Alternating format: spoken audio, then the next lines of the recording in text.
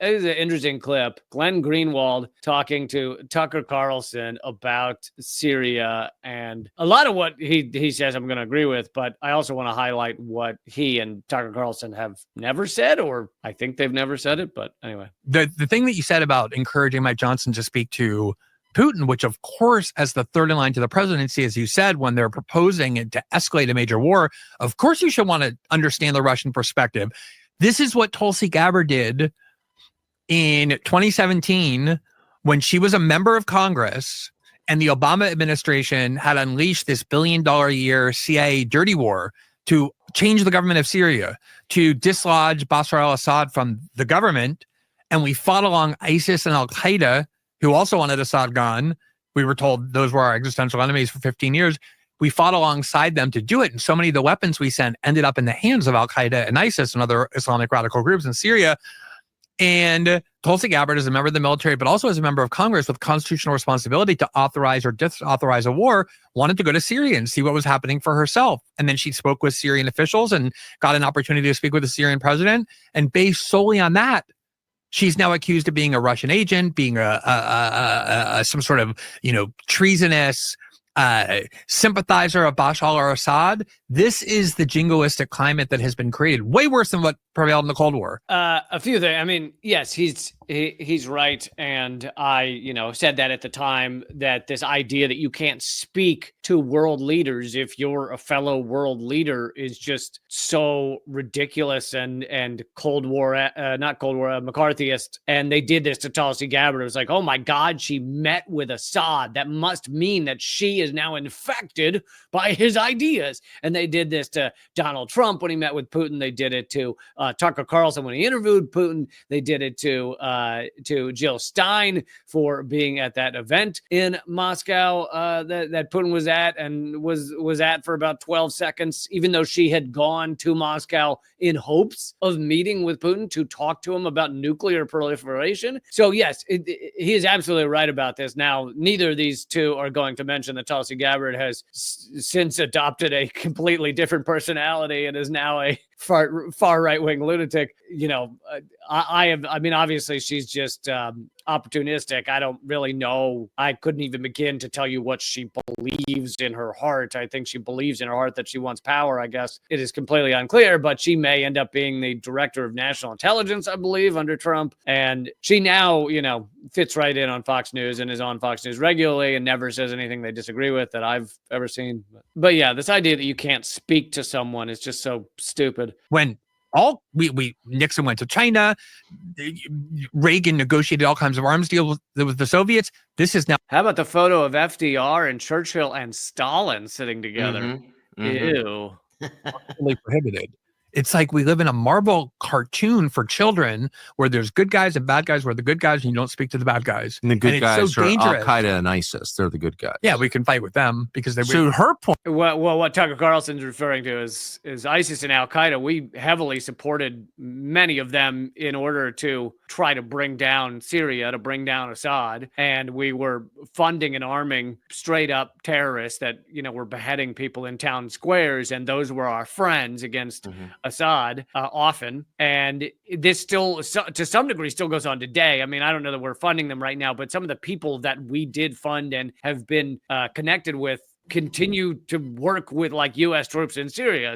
The U.S. occupies a third of Syria to this day. I don't want to speak for Tulsi Gabbard, our new director of national intelligence nominee, but my view was I don't have any feelings about Assad or Syria, but it's a fact that government protected religious minorities, including an ancient Christian community there, and the Alawites, of which he's one, in that country for a long time, he and his dad. So why are they my enemy exactly? I don't understand. Why should I be opposed to Assad in Syria? Why should I be opposed to Vladimir Putin? He's largely right about this. I mean, why should we decide we need to hate certain people or governments specifically? The U.S. clearly is a huge fan of dictators if there are dictators and they work with us. We're a huge fan of governments that have political prisoners, that obliterate their enemies, that kill innocent people, that torture.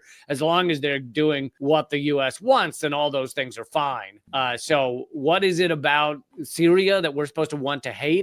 And we continue to this day, with especially our economic war on Syria, where 94% of the people are in extreme poverty. And we view that as a success. Yay, babies are starving to death. Yay, old people don't have medicine and they die, years before they should. Yay. That's all stuff that the U.S. is facilitating, making sure that happens. And we're supposed to celebrate it as good Americans. And so I'm agreeing with Tucker Carlson on that front. Now, I don't believe Tucker Carlson has almost said anything about the genocide in Palestine. I saw one clip where he basically just said that it doesn't look good for Israel, like it's a bad PR move, but he doesn't care for human beings. It's not like it's not like his foreign policy decisions, Tucker Carlson's, are based on some sort of care for humans or innocent people, because he doesn't care for Palestinians at all that I've seen. He just said it's bad. It's not great PR for Israel. Yeah, he oddly, the only time he's mentioned a group of people is the Christian minority within Syria. So I think that says a lot about his populism.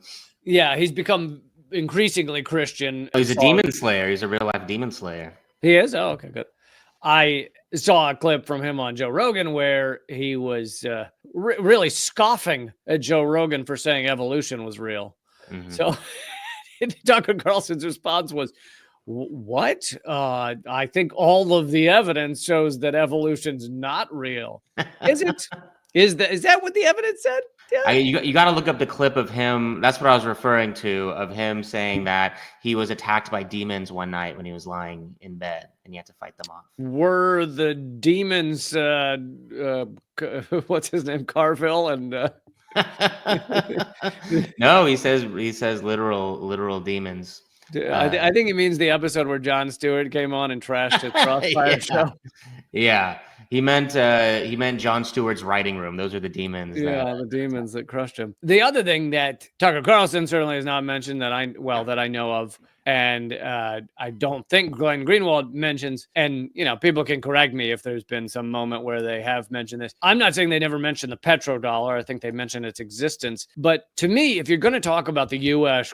crushing Syria, which Assad's still in power, but we've largely crushed the country. To me, like, top of the list of questions should be, well, why Syria? If it's to get oil, then why? We haven't stolen that much. We've stolen some. But if it's to get oil, then why? There's other countries with oil. Why Syria is that the one where we got to get them and really destroy them, and Iran, and the ones that are reserved for like our most largest level of ire, and just, fucking Iran and Syria and Libya and Iraq. And without exception, they all have a lot of oil and either are or we're getting ready to sell it and mainly sell it outside of the petrodollar. It greatly threatened the U.S. ability to just print money and spend $1 trillion a year on military and not have that money collapse into meaninglessness. So to me, there's a list of countries that have oil, and by the way, Venezuela, our other most hated enemy. Venezuela has more oil reserves than any country on the face of the earth, way more than even Saudi Arabia. So the biggest fear for the U.S. is oil sold outside of the petrodollar. And so you're saying Tucker Carlson does not extend his critique to global capitalism. Interesting.